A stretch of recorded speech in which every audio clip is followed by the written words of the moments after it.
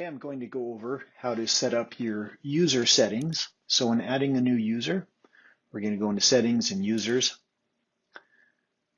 and add new user. And before we can change the different settings, we need to first create the user.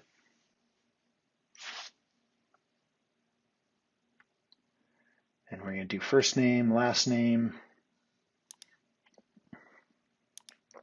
and then password, ideally 8 characters and a character, and then email, and it needs to be a unique email.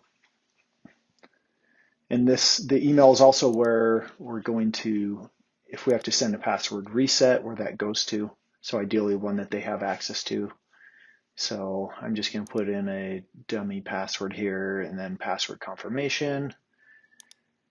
And then really this comes down to 2 settings for user type, company admin or company user.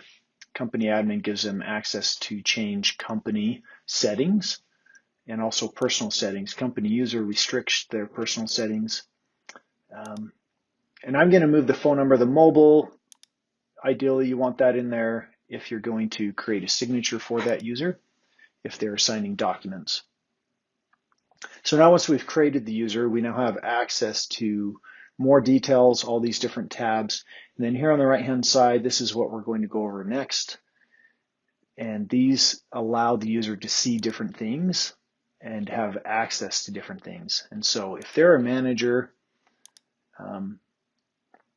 this first one allows them to go in and manage users. So if they create a report, they can add users that they can manage, and those users then have access to their reports that this user creates. So it adds some sub privileges with that.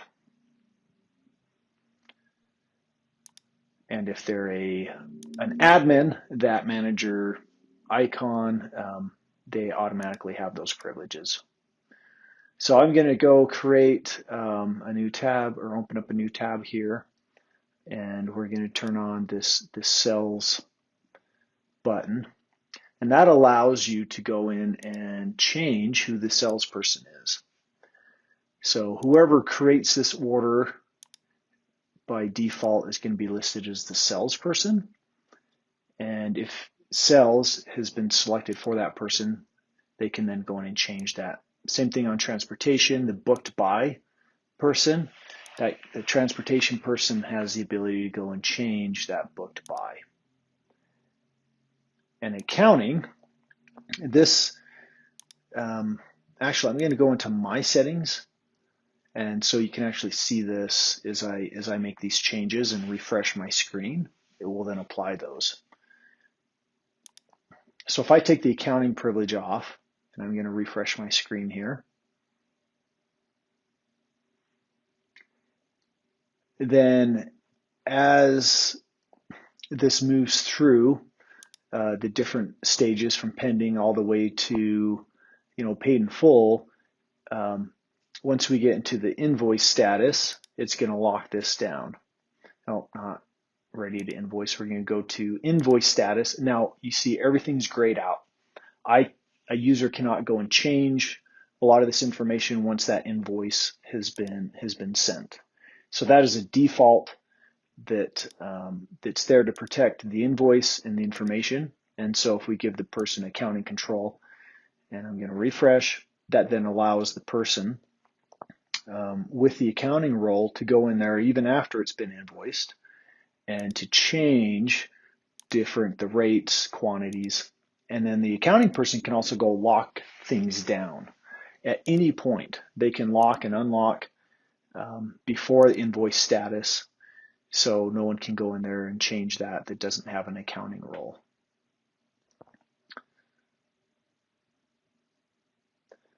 So we can go back to user settings and the show freight and fees combined in the profit matrix. So this is the profit matrix right here. You can see freight and fees are broken out separately. We've had some users that would like that condensed just to simplify it. So I'm going to refresh.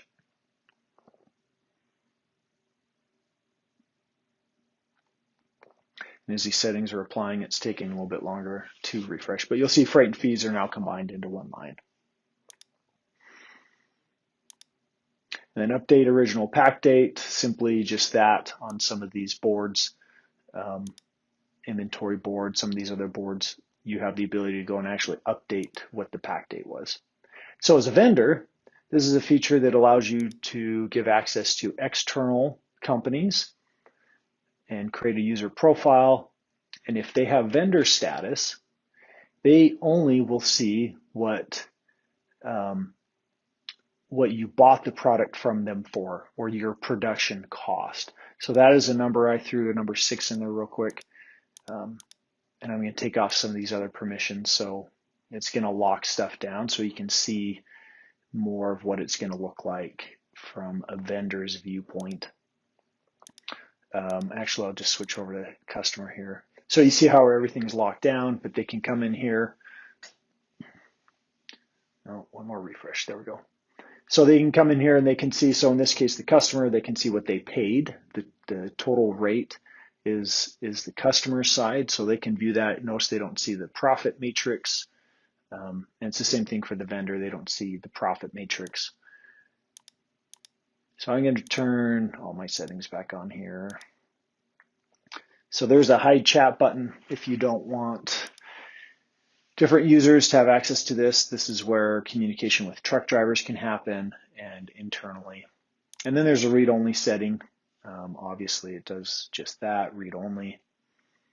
I'm a company admin and a super user profile, so it won't work for me.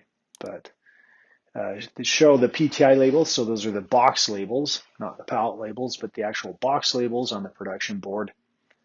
If you want to restrict access to that, we'll go over here to the production board.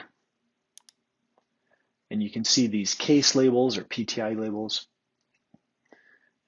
Those, they will not have access to print those from here. And regardless of access, they can still go and toggle this. If you don't see that, you can go toggle up here in the right-hand corner, toggle extras to make the case labels or PTI labels appear or disappear. So showing the weight on the drop-down, this is something that has to be enabled in user settings. But we have the ability to go into these boards anywhere where weight is showing up. You can go in and change how that's displayed. So if you're dealing with different commodities, they are sometimes used in different weights, and that allows each user to adjust that without having to go into their actual settings and have an admin do that for them. So this allows them to do it on the fly. They just have to refresh. And so you'll see without that on, that just disappears. It's just a blank space. And then I'm just going to kick it back on for myself. So that is everything here on this right-hand side on these different permissions. And now let's go through these tabs really quick. Privileges, this is simply what the user can see. Once again, if they are a company user, not an admin, they don't have access to do this. Here's one that if you do see this on your settings, make sure that is unchecked. That is an external view read-only type button that if that's checked, you're not going to see stuff properly. So here's reports. You can restrict what reports, different settings that the user has access to. And then all the different boards, shipping board, order board. So you can lock stuff down based on their role and function. And notice how I clicked our new footer up arrow, and that allowed me to go all the way back up. So here's sub-privileges, where if you do create a vendor, you can go in and select their specific, so like in this case, Pride Transport. If I add that to that user and give them vendor status, they can only see those things that are related to their company. So column displays, this is within the different boards like the order board. You can add different columns that are in here. And then notifications, you can receive notifications if you're a salesperson or the book by person or source locations, Power BI reports, documents, and finally signatures. That's where you set that up. So this has been how to create users within FusionWare.